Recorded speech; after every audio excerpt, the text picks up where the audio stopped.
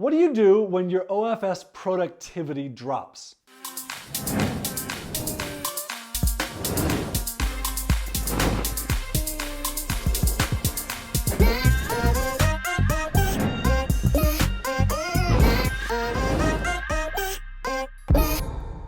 Hey, my name is John Jonas, and I'm going to talk about what do you do when your online Filipino specialist's productivity drops. So Mark wrote to me the other day and said, hey, I hired a couple people and they started off really enthusiastic, doing really great work. And after about a month or so, their productivity dropped to the point where I can tell they're spending about half the amount of time that they should be. What do I do? So I actually asked my Filipino team, what do you do? What's causing this? And they gave me a couple different reasons why this might be happening. So number one is they're bored. Maybe they are doing something that's super, super monotonous and it's just really hard to do it every day, day in and day out, and they're bored and they're tired of it. So if that's the case, try and mix it up. Try and give them something else to do. Keep doing what they're doing, but give them something to break the monotony. So the second thing that my team said was there are not clear requirements. If you leave something open-ended like, hey, I want you to do SEO for me, and you don't really say what that entails, then they don't know what you expect, and they know you expect 40 hours a week, but what do you want in those 40 hours a week? Then they start to get worried, and then they start to think, oh, I'm gonna lose my job, and then they start looking for another job, and they get another job, and now they're spending half their time on your stuff because there weren't clear requirements. So set clear expectations and requirements with them.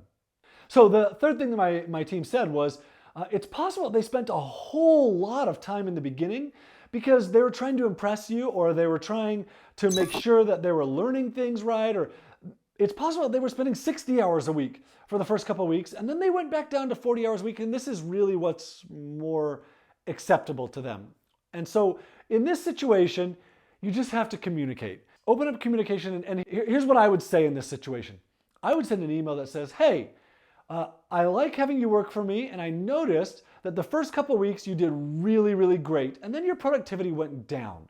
What happened? What caused the drop in productivity? Is it that you were working too much and now you're back to a normal working time? Or have I done something wrong, or is something not clear? Or have you found another job and you're not interested anymore?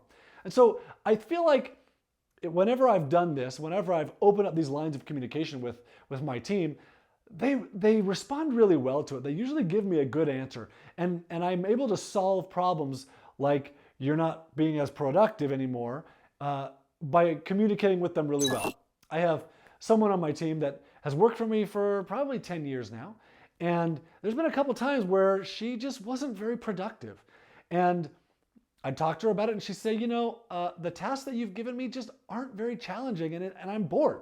And I was like, oh, well, okay, well, what else can we do that helps you feel like you're of more value on our team? And she had some ideas, was like, sweet, let's start implementing these things.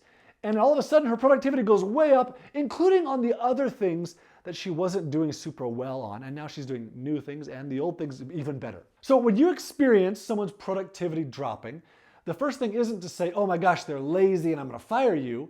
The first thing is to approach them with an open mind saying, hey, I noticed, and what's causing this? It could be that they found another job and they are not going to be very productive for you, and if that's the case, you got to make a decision like, are they worth it? Maybe you should cut their hours and their pay and just be upfront about it. Maybe you should say, you know what, I still really just like having you work for me, and your time is worth this for me. You have to make that decision. My name is John Jonas, and I talk through things like this in the Outsourcing Lever, where I explain so many cultural things about how the Philippines works and what to do when you run into situations like this, how to open communication channels. I'll give you ideas for emails that you can send to them when you have a problem. Outsourcinglever.com, go get it, it's free.